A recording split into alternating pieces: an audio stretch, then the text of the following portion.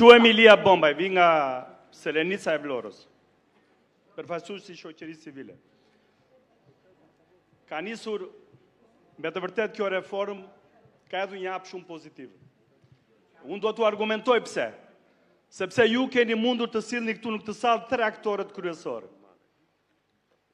Përfaqësues të 2 forcave të mëdha, ose të 2 kampeve, dhe aktorin e tretë, shoqërinë civile, këshilltarët dhe kryetarët e bashkive.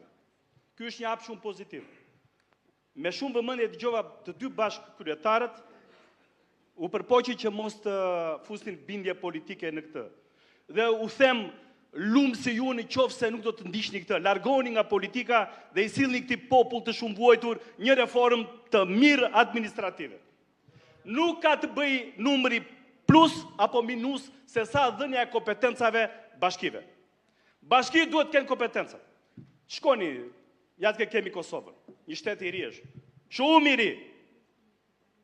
Kanë kompetenca kryetarët e ato pushtetet vendore sa s'ka ku të vej më.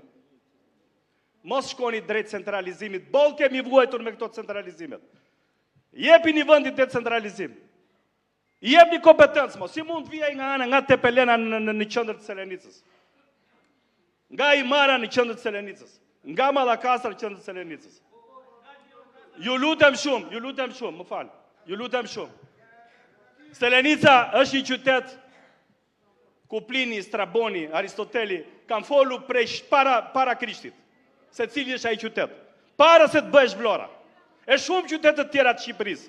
Ka patu klasën e parë punëtore në Shqipëri, e cila e ndjeu shtypjen nga pushtuesi nazifashist.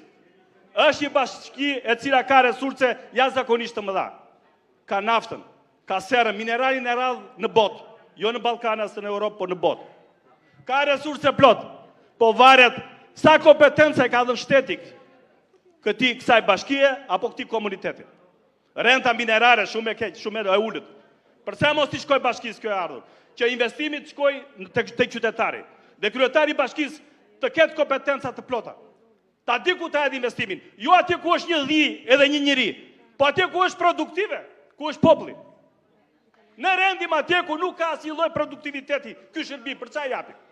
Jemi rendu po bëjmë shkolla në çdo cep si kërpudha. Bashkoj për shkolla se i ka bota kështu. Çohu autobus, çohu shërbime, të vinë shkollat atje ku duhen. Në një vend, ama di që kemi nxënësit dhe përgjigjemi për nxënësit. Përse i bëjmë këto shkollat? Po flen gomejt, po flen baktit. Ik shikoni, kontrolloni në çdo cep të Shqipërisë. Ju lutem, bëni një gjë për këtë popull të mirë. Bëni bashkoni, i lini politikat. Faleminderit. Ju falenderit.